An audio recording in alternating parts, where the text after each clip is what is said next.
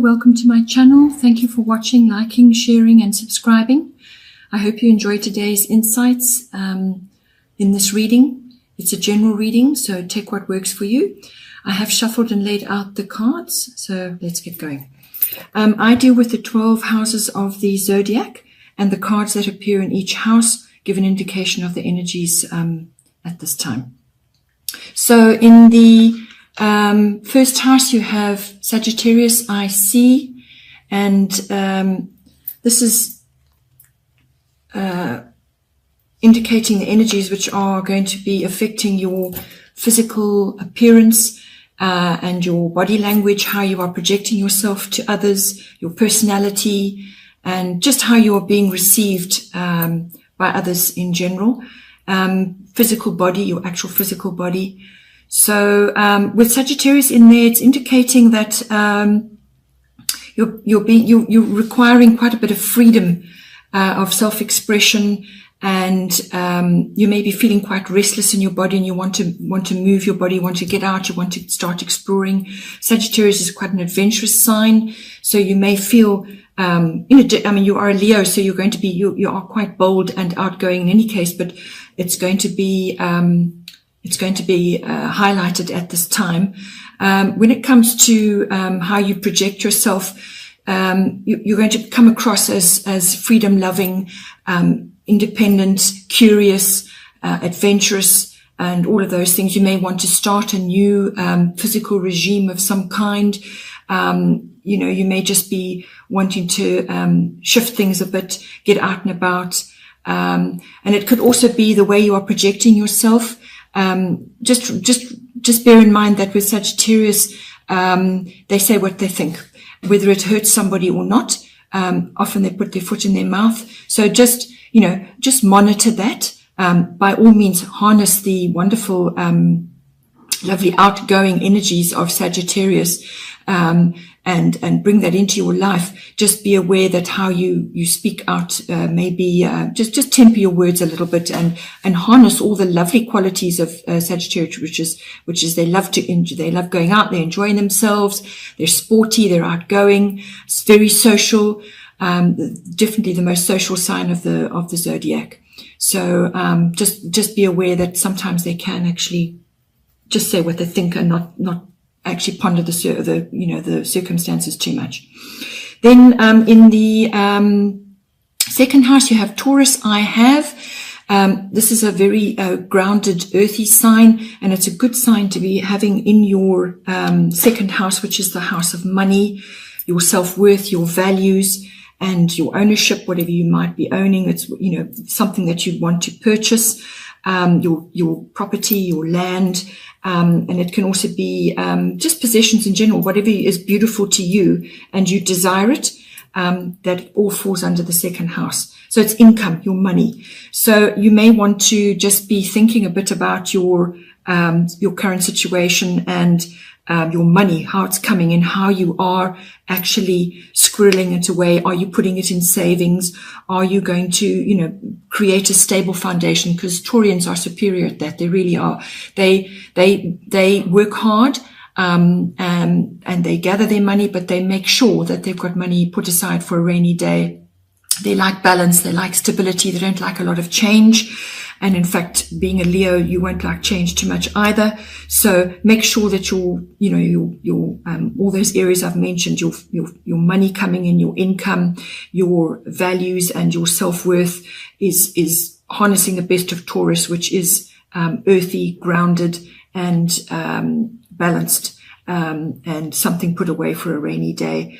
And they also love luxuries. Now, you also like luxuries. So just be careful when it comes to purchases and things that you don't go overboard. This is about creating financial stability and feeling that your values are, you've got your values, they're grounded, they're stable, and that they're working for you. Then in the third house, you have Virgo. I analyze. This is another earth sign. And it's ruled by Mercury as well. So your third house is all to do with communication of all kinds, and that can be verbal, written, it can be contracts, it can be social media, what you're posting, all forms of communication, including body language, It's also siblings, your siblings within your family, communication with them. And it's also short journeys, small trips. So it's a very detailed sign. They sift, they weigh things up, they look at everything in great detail. Sometimes you can go overboard and be too fastidious about everything and put a bit of a dampener on a situation. But I feel in this case, because it's appearing in your third house, if you're dealing with contracts of any kind, or any kind of documents, just make sure that you're casting an analytical eye over all of that, checking everything. And if you are not able, then give it to somebody who can do that for you, perhaps as a double check. But it's certainly a very analytical sign, and you're required to approach all your communication with detail and clear thinking, and to actually to look at things in a very clear-headed manner. So that's coming up for you in your third house. Then in your fourth house, you have the fire element, which is I desire. So this is a fiery aspect, and it's coming up in your fourth house, which is all to do with your home, your family, your ethnic identity, or your roots, your foundations. And specifically for your home, you may want to change things up there. You may be changing something already, or you may want to change things there. Either you want to redo it on the inside, change the interiors, or you may just be changing home completely. It may be quite a quick change because fire is quick, and it certainly does, it's all encompassing. You may just want to freshen up your home, bring in more fiery colors, the yellows, the oranges, the reds, and so on. And it could also be dealing with issues from your roots and your foundations.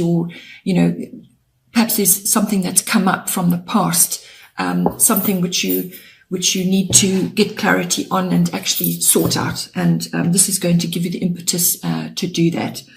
So it's a very fiery element. It's a take action element, and you can expect some changes there. Then in the fifth house, you have part of fortune, which indicates increase. It covers quite a few things actually, but it's coming up in your fifth house, which is your house of creativity, children, love affairs, romance, having fun, sports, recreation of all kinds, gambling, all of those sort of pleasurable activities. So part of fortune is actually it's a part of the sky. It's a calculation, actually. It's not even a planet or anything like that. But what it does indicate is that you have perhaps some hidden talents, or talents that are now coming to the fore, perhaps have been latent. So you need to, part of fortune is all about something that you've overlooked, some sort of talents or some sort of abilities which perhaps you haven't used, or you haven't really focused on too much. Now is the time to do that. And it's falling into your fifth house of creativity. So if you are working on a creative project of some sort, not necessarily artistic, creativity is a different thing. So you can be artistic as well, but it's not a prerequisite for being creative. So you are a creative person in any case, being a Leo, so you're going to be harnessing that. But you may just be required to dig out perhaps something that you can do, but you've just never really focused on it, or you're just being asked to bring the creative angle really strongly into a creative project that you might be working on. And if it's for your children, they may be going through a few changes. They may be experiencing changes of some sort, and they may be looking at their talents and abilities and so on. So they're going to be possibly focusing on that, and your role is to assist them, to support them through all of that. It could also be an abundance of some sort coming in for you, some kind of harnessing of abundance, which can take many forms, not necessarily money. It can be really great friends. It can be very supportive family members. It can be something's been gifted to you. It can cover a wide range of things. So it's either coming in for you, or it's coming in for your children, or you're going to be seeing your children going through that. Or it could be that you are bringing romance in. Perhaps you've met somebody This could also be a form of abundance from the universe. It's love, it's romance, it's all those pleasurable activities, love affairs. Later on, you get into the relationship field, but in this house, it's all about light-hearted love affairs, having fun, all those romantic, heady initial stages. And this could be a gift from the universe, or you've called it in, or your children are experiencing that, but it's some kind of abundance coming in, or it could be an overlooked talent, which you now need to harness. And then in the 6th house, you have Uranus, and it covers genius amongst other things. Your 6th house is all to do with your health and your diet and your working day, your work colleagues and your workplace. Also your projects that you're working on, whatever work project you're working on, mastery of your craft, whatever is your speciality. So having that in there is a very nice aspect to bring in if you're harnessing the positive aspects of Uranus, which is obviously the genius within, harnessing any genius abilities, which may tie in with this overlooked talent of some sort that you may have. So you're being asked to bring that in. It is also, Uranus covers all kinds of advanced tech, electronics, and just a very advanced futuristic tech almost. So that may be coming into your work project or to your work environment. You could even be meeting Uranus type people. They're very changeable, very quick thinking, but they're long-term, they're visionary people. So you may have somebody like that in your environment, or you may be experiencing a lot of change, very quick, sudden upheavals in your work environment. And that is also going to create change. So from that will come something better, but those initial stages may feel a bit wobbly for you. But you may just be also having to tackle some kind of project which involves more advanced tech than what you are used to. It could even just be a massive phone upgrade, but when it falls in your 6th house, it's to do with your work colleagues and your workplace and your work projects. It's also to do with health and diet. So you may go through a bit of an upheaval, some kind of upset to do with your health. It's very quick. This Uranus strikes like lightning. So you can be doing something 1 minute and the next minute everything's changed. So it also covers the circulatory system, your nervous system, and so on. So if you are overdoing it in the work environment and you're starting to feel frayed around the edges, you may have a sudden shift of some sort, or be compelled to make a very quick, swift change through circumstances. So, examine, look after your health, look at your diet, be fastidious about what you're doing. And if you have to do research on that and actually take to the internet to find working solutions for you, we are all different, we're all unique. So you may want to look at that. It also covers the house of pets as well. So you could be having a few changes to do with pets there as well. Then we have the 7th house, which is Pisces, I believe.